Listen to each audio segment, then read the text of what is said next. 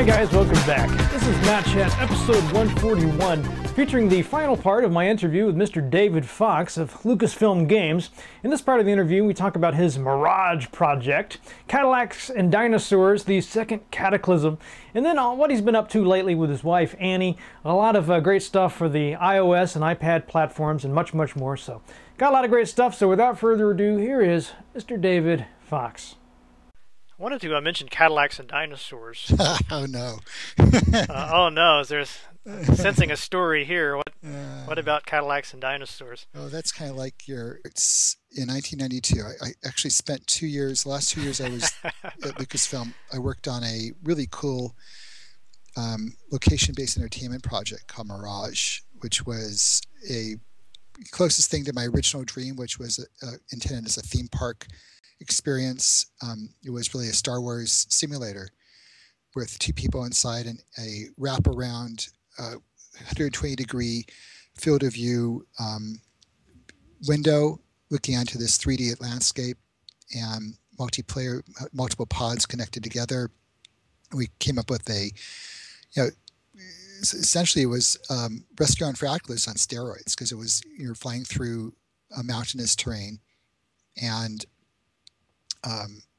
you're an X-wing or a TIE fighter. The TIE fighters and X-wings fighting against each other, and you had the view was out the window was we used a collimating mirror, which meant that the projectors were on the top, bouncing off of the mirror, which made it look like you were focusing at infinity.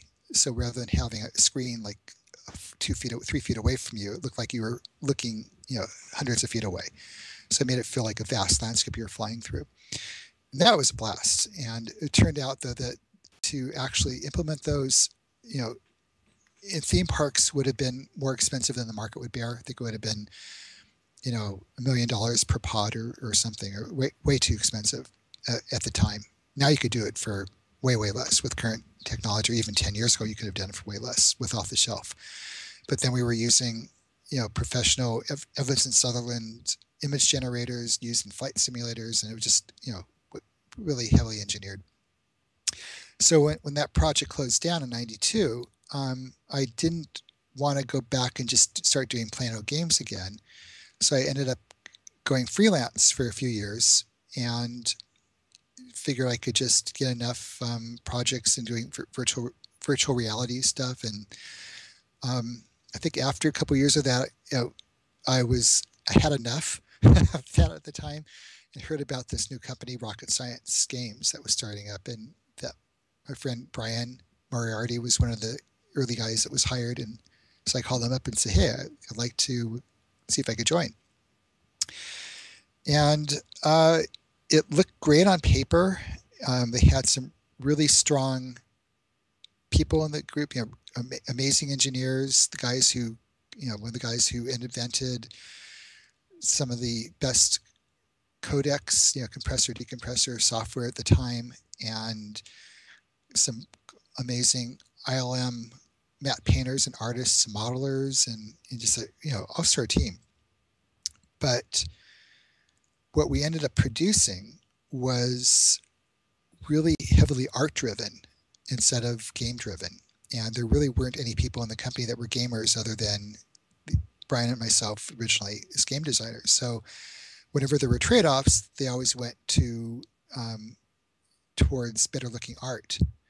And my original game that I designed was, first of all, I was working in a genre that wasn't my type. It was basically a action, shoot 'em up game, point of view, but with pre-rendered video that we had to use, as opposed to like Rescue, where it's rendered on the fly.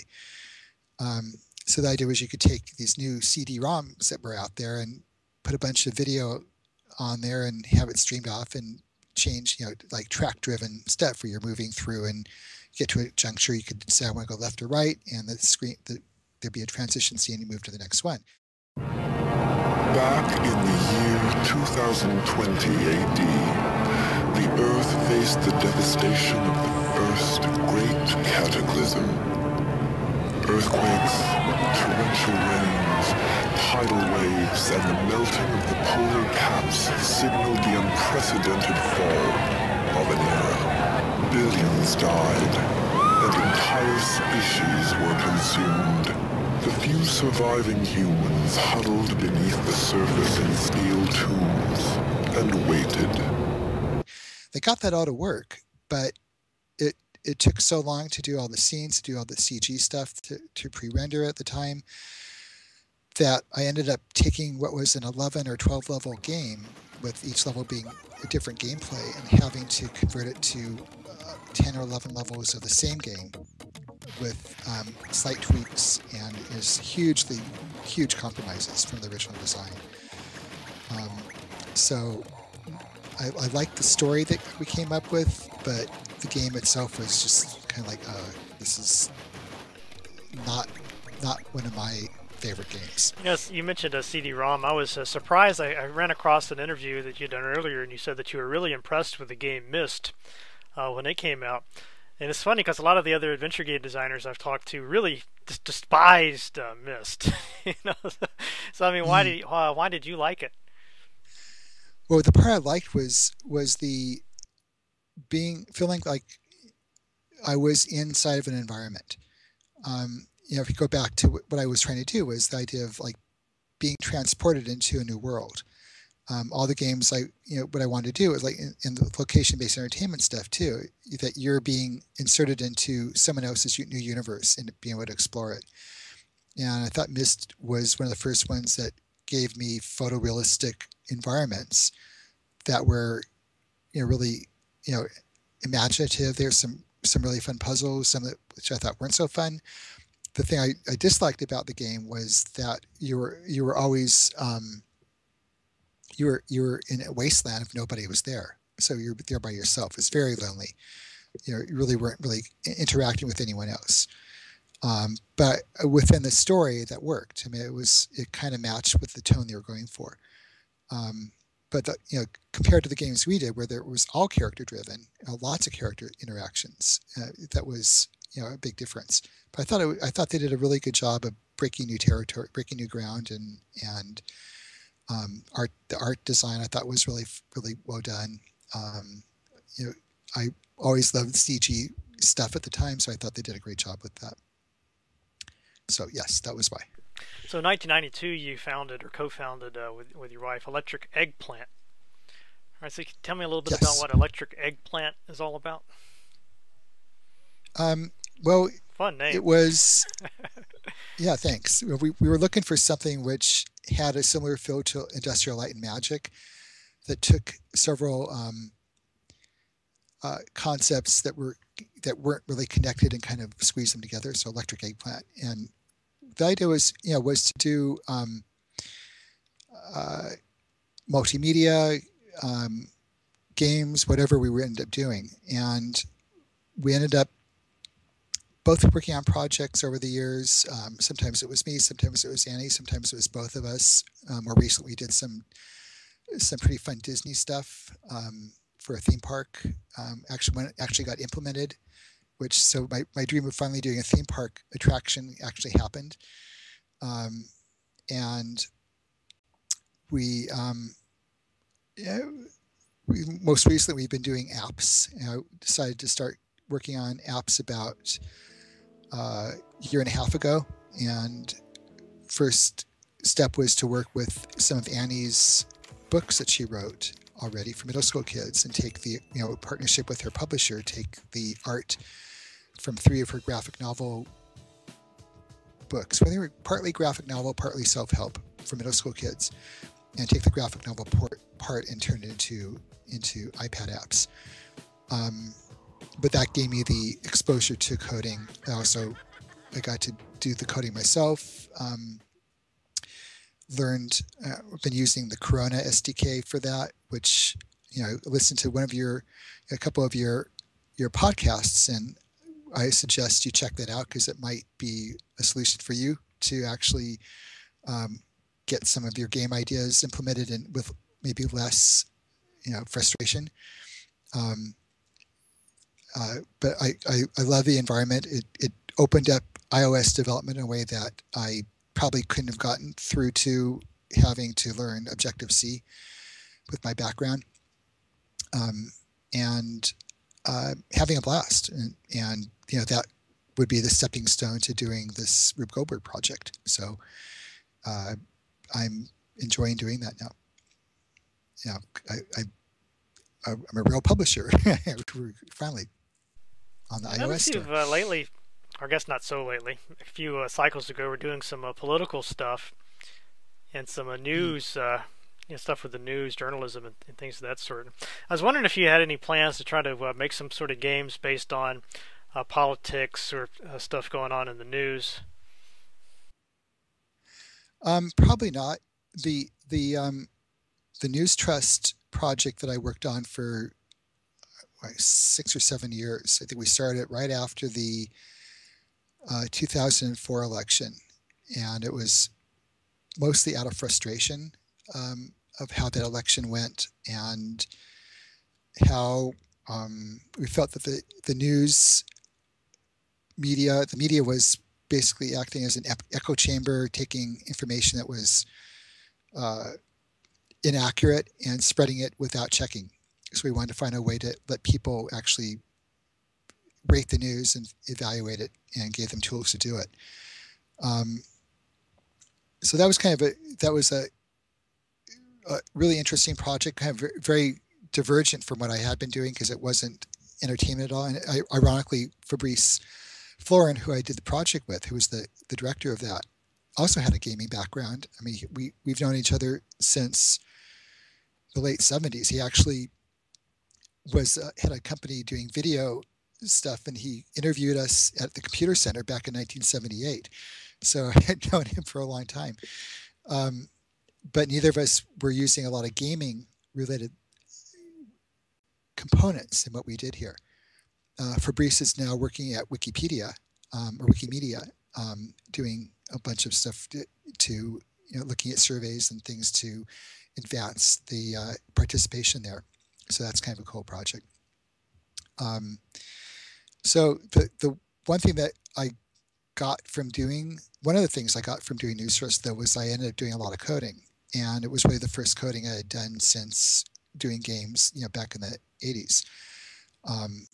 So even though it's a new language and a lot of new experiences, I kind of said, hey, I guess I could still do this. So that was the stepping stone for me to try tackling iOS stuff. And for that, it was really fun. I actually still like to code. I like the puzzle part of it, figuring out how something works and making it happen. Although with this new game, I'm not sure I'm going to be doing much coding. I'm not great at it, so I'd rather get other people who are brilliant at coding to do that part of it. All right, David. Well, thank you very, very much. It's been a real pleasure chatting with you. Do you want to add anything that we haven't talked about? Or is there anything that you'd like to plug or mention? Well, yes, you could go to electriceggplant.com. That's our website. And from there, you'll see links to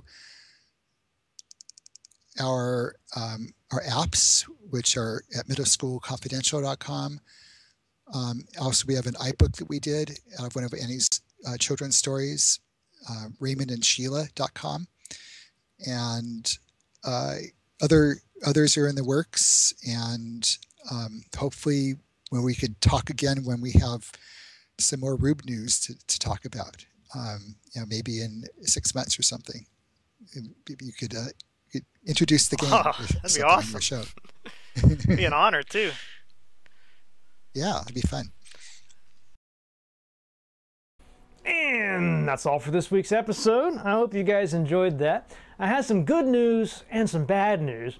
First, the bad news is I won't be here next week. I'll be traveling to St. Louis, Missouri to speak at an academic conference there about college composition.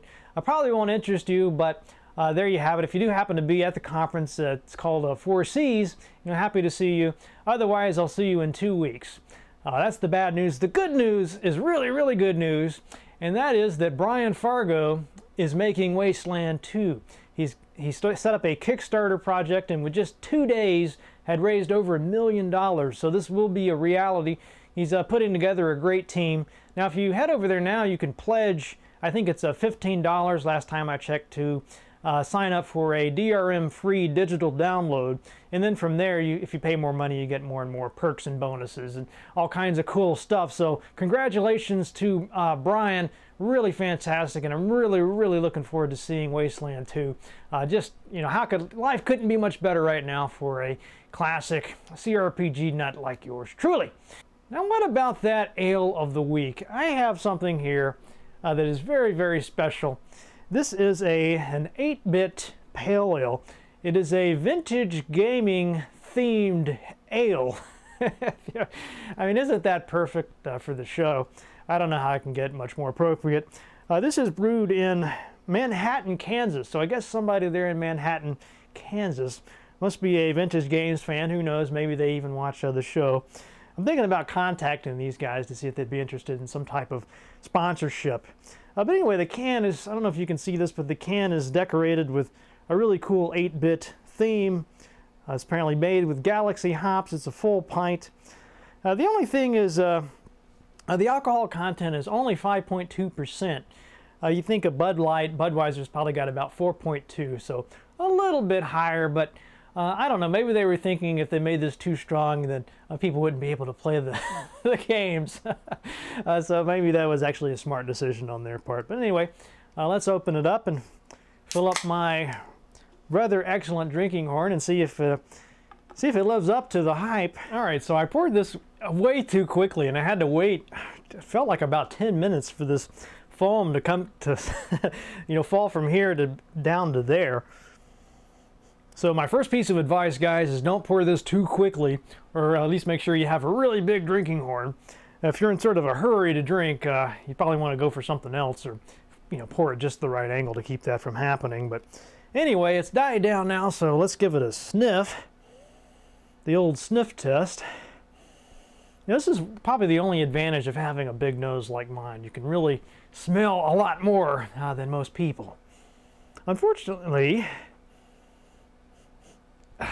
you know, even with this nose, I'm not really detecting much aroma from this. A little bit of you know, I just don't really smell anything. I guess a little bit of that, a little bit of a nuttiness or nutty flavor. If you could imagine you know, a can of unsalted cashews, for example, if you were to smell that kind of from a distance, you know, you get a little whiff, not much.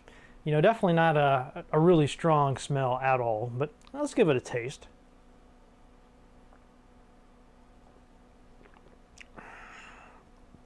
A little bitterness, not unpleasant. Not a, you know, again, not a very strong flavor either, so not much in the way of olfactory delights. The taste is a little more pronounced. You do get that bitter, sort of nutty flavor that's pretty you know, typical for a pale ale. I guess that's why they call it a pale ale. You know, no alcohol taste at all. Very smooth. Maybe a little bit too weak, you know, for my taste. Maybe I've just kind of gotten used to those really potent brews that I've been having on Matt Chat. But, you know, this is probably actually more appropriate for the theme, which if you know, you're together with a bunch of guys and you're playing vintage games, having a vintage games night, you know, that sounds like fun. You know, something like this 8-bit ale is probably a good choice because you won't be, you know, you could drink several pints of this and be fine and still able to play that extra round of Zaxxon or Street Fighter 2, whatever you guys are playing. So this week's quotation comes from Mr. Walt Disney, a man whose influence is felt throughout the gaming as well as the movie industry, especially animated films. And it goes something like this: Disneyland is a work of love. We didn't go into Disneyland thinking just about money. Good old Walt Disney. See you guys next week.